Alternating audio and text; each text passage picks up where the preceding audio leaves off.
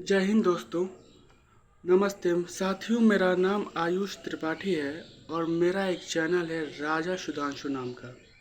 इस चैनल को आप सब्सक्राइब कर लीजिए और वीडियो अच्छी लगे तो लाइक और कमेंट्स करना बिल्कुल मत भूलिएगा। साथियों, आज हम बात करेंगे अंग्रेजों की। वही जो सौदागर बनकर आए थे और शहंशाह बन गए।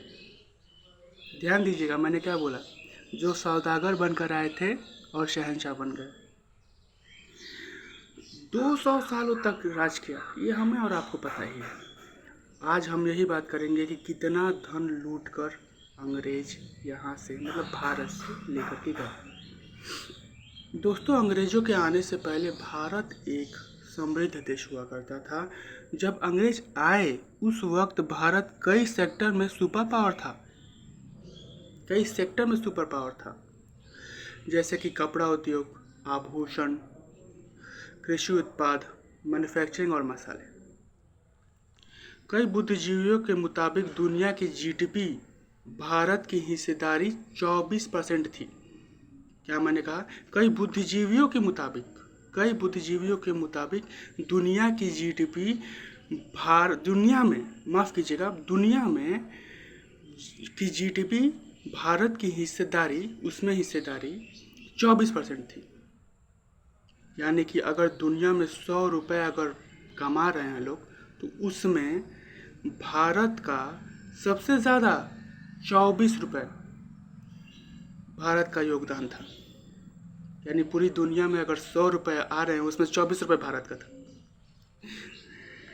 ऐसा क्या हुआ कि 1947 आते आते अर्थव्यवस्था इतनी लचर हो गई, इतनी ख़राब हो गई, भूखमरी हो गई, गरीबी हो गई।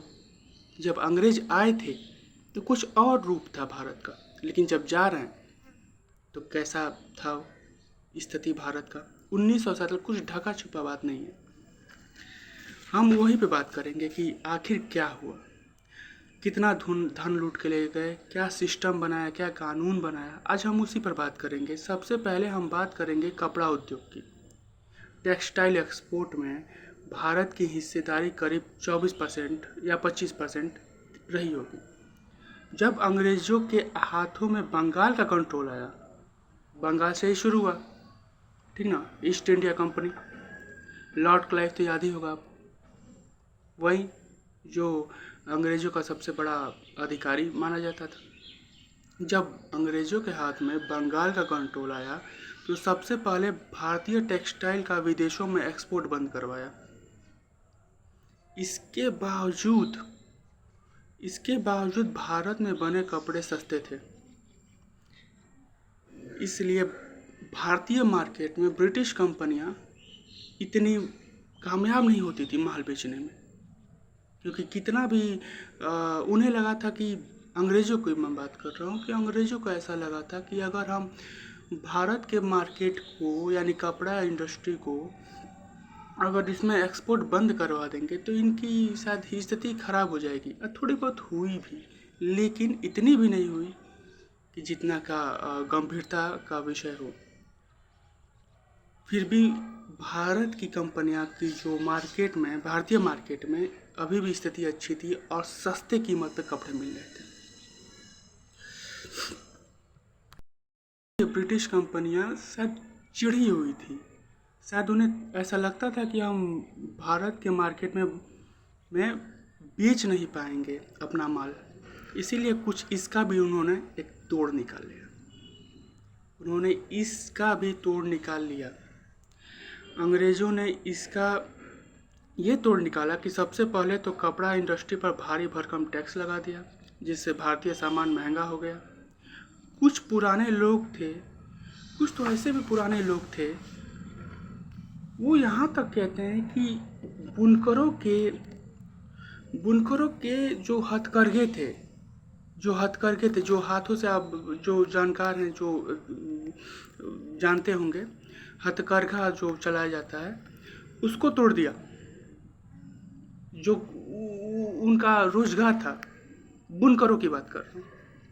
उसके बाद इतना पर भी वो नहीं रुके, कुछ के तो अंगूठे काट दिए गए कि ये इनका जो हुनर है, जो कला है, वो कपड़े में ना दिखे अंगूठा, ये अंगूठा अंगूठा को तोड़ दिया गया या काट दिया गया। पुराने लोग तो ये कहते हैं कि काट दिया गया। यही काम अंग्रेज़ों ने शिपिंग इंडस्ट्री में भी किया था। मैंने कहा था ना कि कपड़ा इंडस्ट्री, शिपिंग इंडस्ट्री, आभूषण और मसाले। तो अब आते हैं इसका अब शिपिंग इंडस्ट्री में। आप जान करके हैरान होंगे कि अंग्रेज़ों के आने से पहले यहाँ पे बड़ी बड़ी जहाज़ें बनती थी, मालवाहक जहाज़ें, व्यापारी जहाज़ें, जो दूर दूर तक की यात्राएं करती थी अपने माल को लेकर के, अपने व्यापार को लेकर के। यहाँ पर बहुत बड़े बड़े मैन्युफैक्चरिंग हुआ करती थी। यही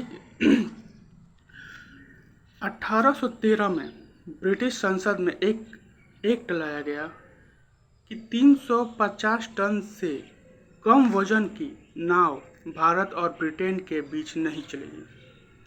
इससे 40% नाव, करीब इतना ही शायद इतना ही 40% नाव शायद इतना ही अयोग्य हो गई। जब आप ये कहेंगे कि टन 350 टन से ज़्यादा आप नहीं ले जा सकते, तो जहाज़ें अयोग्य ही हो गई, किसी लायक नहीं बची। 1814 में, एक साल बाद 1813 में ये एक्ट लाया गया कि अब जहाज़ 350 टन से ज़्यादा वजन ब्रिटेन और इंडिया के बीच में नहीं चलेंगे, ब्रिटेन और इंडिया के बीच में नहीं चलेंगे। ठीक एक साल बाद 1814 में एक और कानून बना जिसमें भारत में बने जहाज़ों के जरिए यूरोप और अमेरिका से व्यापार करने पर रोक लगा दी गई, जिसमें शिपिंग इंडस्ट्री पूरी तरीके से खत्म हो गई। यानी कि पहले तो ब्रिटेन पे बैन लगाया गया और वजन पे था, अब पूरे यूरोप को पर बैन लगाया गया है और अमेरिका पर जाने का बैन लगाया गया जहाज़ पर कि आप ये जहाज़ इस्तेमाल नहीं कर सकते, इस पर माल आप नहीं ला सकते, जो आपका उत्पादन का जो माल है उसे आप नहीं ला सकते। इससे शिपिंग इंडस्ट्री ख़त्म हो गई, जाहिर सी बात है। कई लोग कहते हैं कि भारत को अंग्रेज़ों ने रेलवे सिस्टम दिया। वाह, क्या बात है, ऐसे लोगों को सैल्यूट करना चाहिए। ऐसे महान लोग ऐसे भी हैं। कई लोग ये कहते हैं कि भारत को अंग्रेज़ों ने रेलवे सिस्टम दिया, लेकिन इसका एक दूसरा सच भी है। ये रेलवे से माल ढुलाई भी करते थे, जो इनके लिए बहुत सस्ता था, बेहद सस्ता। ये हर मौसम में चलते थे। जाहिर सी बात है, रेलवे जो ठहरा, जब रेलवे नहीं था तो कई ऐसी जगह थी जो सावन भादो के महीने में, जो सावन भादो समझ रहे होंगे, मैं उनके लिए कह रहा, सावन भादो के महीने में एकदम पानी लग जाता था, जिससे उनके जो माल वाल थे वो अंदर तक, भारत के जो अंदर तक नहीं आ पाते थे। रेलवे सबसे सस्ता था, सबसे अच्छा था, 12 महीना चल सकता था, 24 घंटे चल सकता था, और उन्होंने भरपूर इसका इस्तेमाल किया और लाभ भी उठाया। अब आते हैं, अब मैं चलता हूँ सीधे सीधे नतीजे पे। आभूषण उद्योग को भी उन्होंने बहुत गहरा चोट पहुंचाया। मसाले थे जैसे तैसे करके सरवाइव कर रहे थे, जो मसाले इंडस्ट्री थी वो भी जैसे तैसे सरवाइव कर रही थी। शिपिंग इंडस्ट्री और कपड़ा इंडस्ट्री का तो उन्होंने बेड़ा गर्क करके रख दिया था। और बचा आभूषण, तो उसने अपने आप को थोड़ा बहुत जिंदा रखा हुआ था। और रही बात मसालों का, तो मसाले तो आज भी भारत के बहुत प्रसिद्ध हैं, लेकिन उन्होंने एकदम भारत को लूट लिया था। अब नतीजे पे आते हैं। नतीजा ये रहा कि ग्लोबल बिजनेस में भारत का हिस्सा, जैसे कि मैंने शुरुआत में बताई, 24% या 25%, 24% मान के चलते हैं। 200 सालों के अंदर ब्रिटिश शासनकाल के बाद जब ये जा रहे थे, जब ये आज़ाद करके जा रहे थे, 1947 की बात कर रहा हूँ, तब ये लगभग 1-1.5% के नीचे आ गया था, या शायद 1-1.5% के आसपास ठहर रहा होगा। सोचिए, कहाँ 24%, कहाँ 1% या 2%। दोस्तों, इसका निचोड़ यही निकलता है ना कि अंग्रेजों ने भारत को जितना लूटा था ना, इतना तो कोई और लुटेरे के मान के ही नहीं था। देखिए कितना सिस्टम से कानून बना के लूटा था। जैसा कि मैंने आपको बताया कि शिपिंग इंडस्ट्री में 1813 में ये कानून ला दिया गया कि 350 टन, आपने सुना ही है। और 1814 में पूरे यूरोप पर बैन लग गया कि भारतीय में बने हुए जहाज़ों पर का इस्तेमाल ना हो, क्योंकि उनके जहाज़ बिके, मैन्युफैक्चरिंग हो, जैसे कि मैंने अभी कुछ देर पहले से बताया था। आप चाहें तो वीडियो में पीछे जा कर के भी देख सकते हैं। अब मैं यही कहूँगा कि आज के लिए इतना ही। वीडियो देखने के लिए धन्यवाद। अच्छा लगे तो लाइक एंड सब्सक्राइब कर दीजिए, और कोई सुझाव देना हो तो कमेंट्स बॉक्स में अपनी सुझाव या राय दे सकते हैं। जय हिंद, जय भारत। बहुत बहुत धन्यवाद।